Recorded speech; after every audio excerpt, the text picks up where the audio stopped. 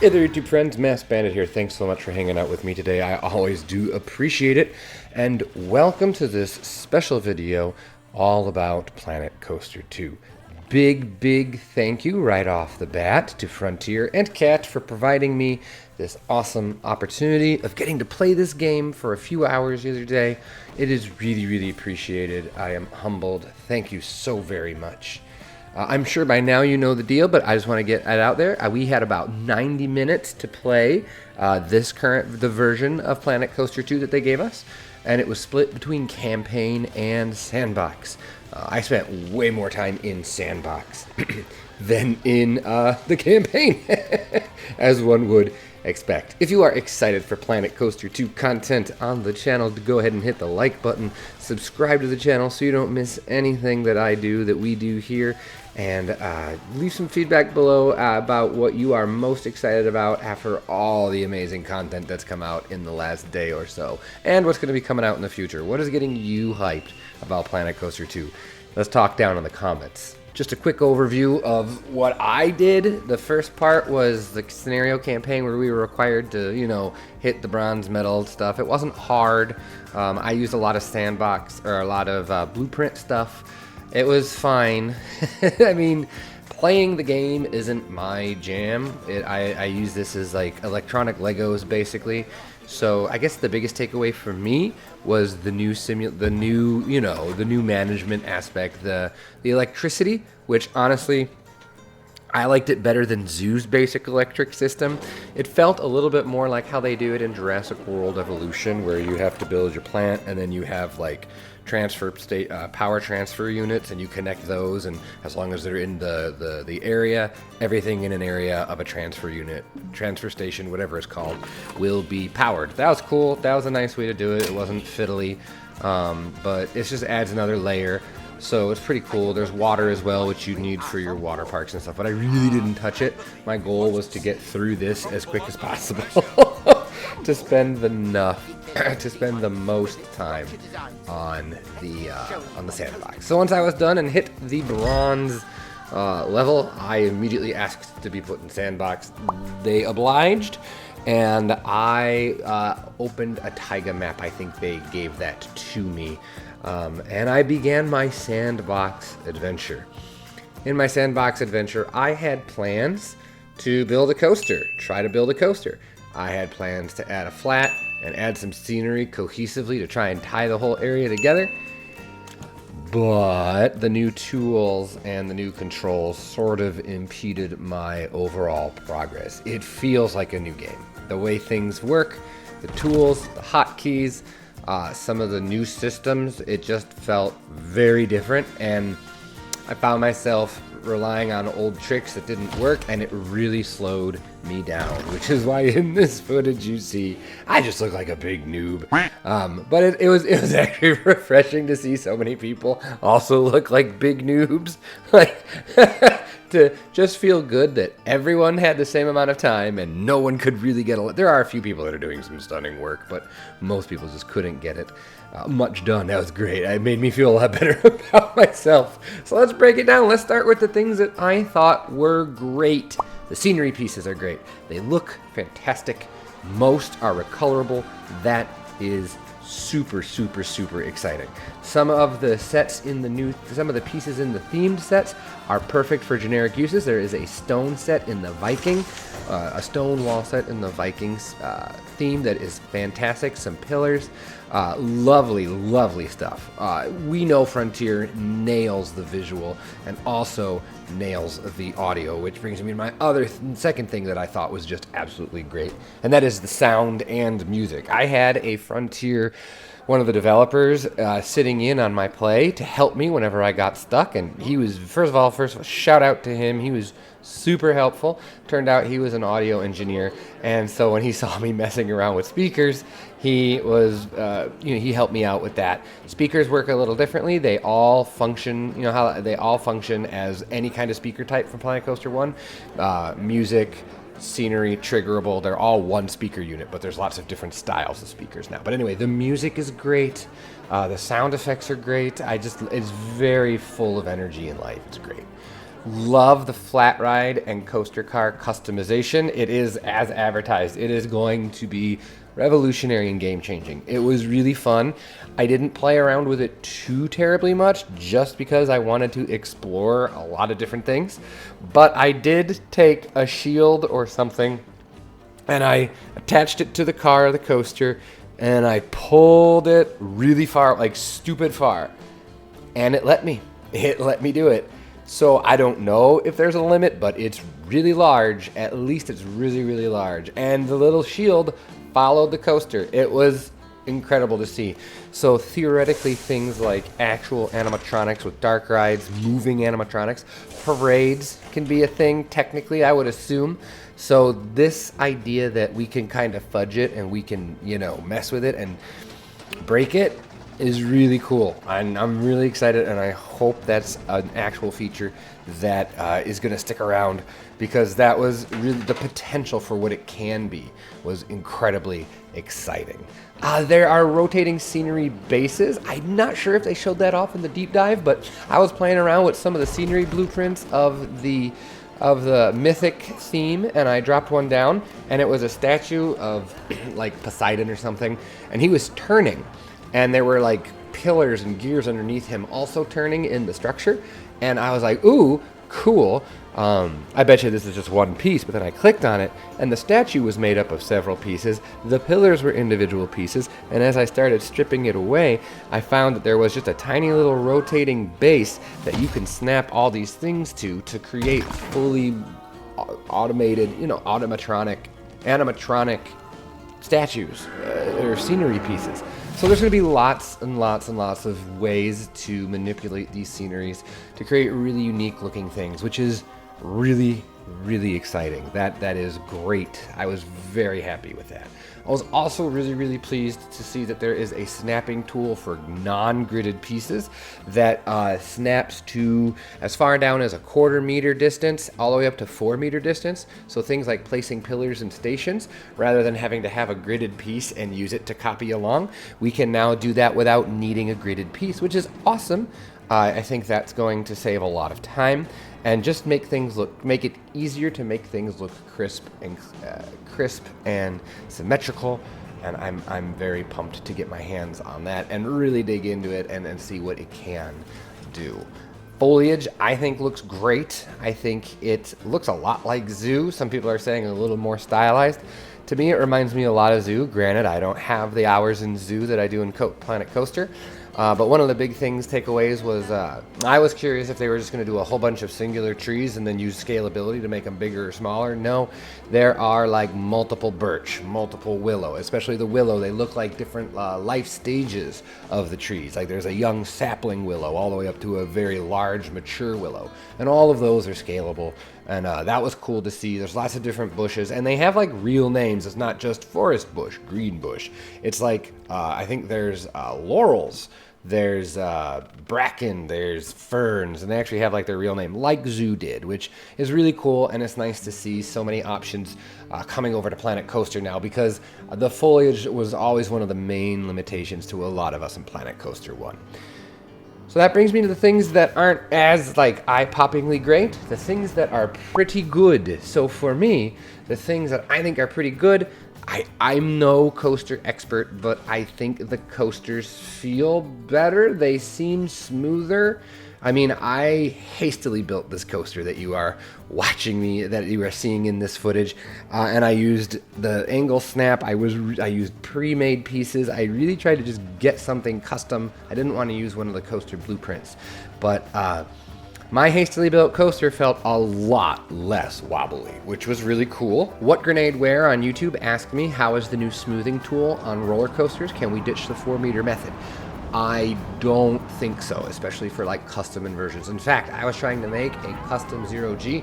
It's atrocious, I know, but the developer, once again, shout out, the developer chimed in and said, I see what you're trying to do, let me help you figure that out. and he suggested 4 or 6 meter pieces, and then he showed me how the new smoothing tool works, and it works a lot like that code that allows you to do the 4 meter smoothing with a click of a button, or I think it's a mod where you can just smooth forward. That's pretty much what the smoothing is in Planet Coaster now. You highlight segments of track and you smooth it forward or backward, and you have different things you can smooth, like the angle, the height, similar to what Planet Coaster had, but now it crawls along the track like that mod does in Planet Coaster 1. And so it looked really good, but I do still think you're going to want to use small segments if you're really into the minutia of making just perfect coasters. That's not my bread and butter, but if that's what you're into, you're probably still going to want to do that. I think scalability is awesome. It's pretty good. I'll be scaling everything to 50%. Planko scale is still quite large, even in Planet Coaster 2. I would actually love to see more scaling in the smaller direction. Could we get it down to 25%? That would be cool. Or can I scale things, group them, and then scale it again? I haven't tried that. I don't know. Someone tell me if that's a thing you can do. But scaling is cool. I'd like to see pieces get small. I thought the fonts were still pretty big, even when they were scaled all the way down. I do also like all the new path options, like the drawing, like you just draw a line, a shape, and it makes path. That's great. The stamping is really great. It's finicky and weird to use those new tools, but I think that's a me problem. I think it's something I'll be able to figure out. It's very powerful, and it was a little much to wrap your head around in the short amount of time that we had. Path customization brush is great. You can customize fencing, you can customize colors, you can customize textures. It's it was a little weird. It took me a minute to figure out how to apply it, but once I figured it out, it wasn't too bad, and it was really easy to quickly change your paths. You can click and drag a big segment of path and it'll change it all at once, and that was really nice to see. I'd actually love to see that idea brought into walls, where you have one wall set with all the wall textures and you can just go paint the walls, kind of Sims, but that doesnn't seem to be what they're doing, but whatever, that's fine. And now that brings me to the parts that I'm a little less hot on. There were for me some misses, and I think if you've watched any of the content, I think my misses are the same as most other creators' misses. Big miss number 1, the main thing, the thing that I think, deal breaker is such a big word to say, but for me, the UI on PC is not good. It's just not good. For me, it was frustrating to have menus nested in menus, nested in menus, nested in menus. When I was custom using the scenery pieces to try and build a coaster station, I think I had to hit escape 4 or 5 times just to get back to the menu that allowed me to select paths. Like, that disappeared because I was in a different menu. So it's these disappearing of menus that is really frustrating. It takes away from, it makes more time. I have to spend more time to do things that shouldn't take time. I can't quickly hop from tool to tool. I have to completely back out, and then I can select a new tool, which is just more clicking. It was really frustrating, and I do think that because of it, escape is going to be my new favorite hotkey. The scenery menu closes after you've selected the piece you wish to use, which is okay if you're going to be building a whole bunch with the same piece, but that's not how a lot of us who build in a more advanced way play. You can't keep advanced move tool active when you select a new piece, which means it's going to be impossible to keep your things aligned to the axis that you started with, which is wildly frustrating. It adds this whole idea of that going away. To me, it adds even more fiddliness to an already tedious process. These custom building piece by piece games can get tedious. So anything we can do to make it easier, we should be doing, and this feels like a step backwards in that regard. It is as close to a deal breaker for me as I had with my 90 minutes, which is really a shame because I want to be clear, so much is great in this game. But if this issue isn't fixed, it's going to make building complicated structures an absolute nightmare. I am kind of nervous about it. Please give me back my right click to remove segment, please. Right click does not delete the previous segment on our track ride or on a path. Instead, it just stops the build tool from functioning. So like if you are laying down paths and you hit right click, it just stops the path from being drawn. And it doesn't remove the path you just made. So I so many times right clicked when building that coaster and nothing happened. It booted me from the coaster build menu. It was, it took me forever to realize that delete was the key I needed. So delete and escape are going to be our two new favorite hotkeys, it seems. I would love to have pause be space, but not be space bar. Again, that's just me probably being not used to it, but I hit spacebar so many times when I was trying to rotate objects to get them back on the grid. I am a hotkey aficionado. I know I really rely heavily on those Planet Coaster hotkeys, and so to not have them at my fingertips made me really frustrated. Again, that's something I can learn. But the spacebar one was so easy because the shift and the control and the other buttons we're using are right there. Your thumb is right there. To be able to toggle the snapping on and off with that key was really nice. So I would love to see it back. And then while there are some good things with paths, one of the things I didn't like was the paths. Surprisingly, the thing we all fawned over, getting my hands on it, it was a lot less intuitive than I thought it was going to be. There's a lack of 2-meter cues, which is really frustrating.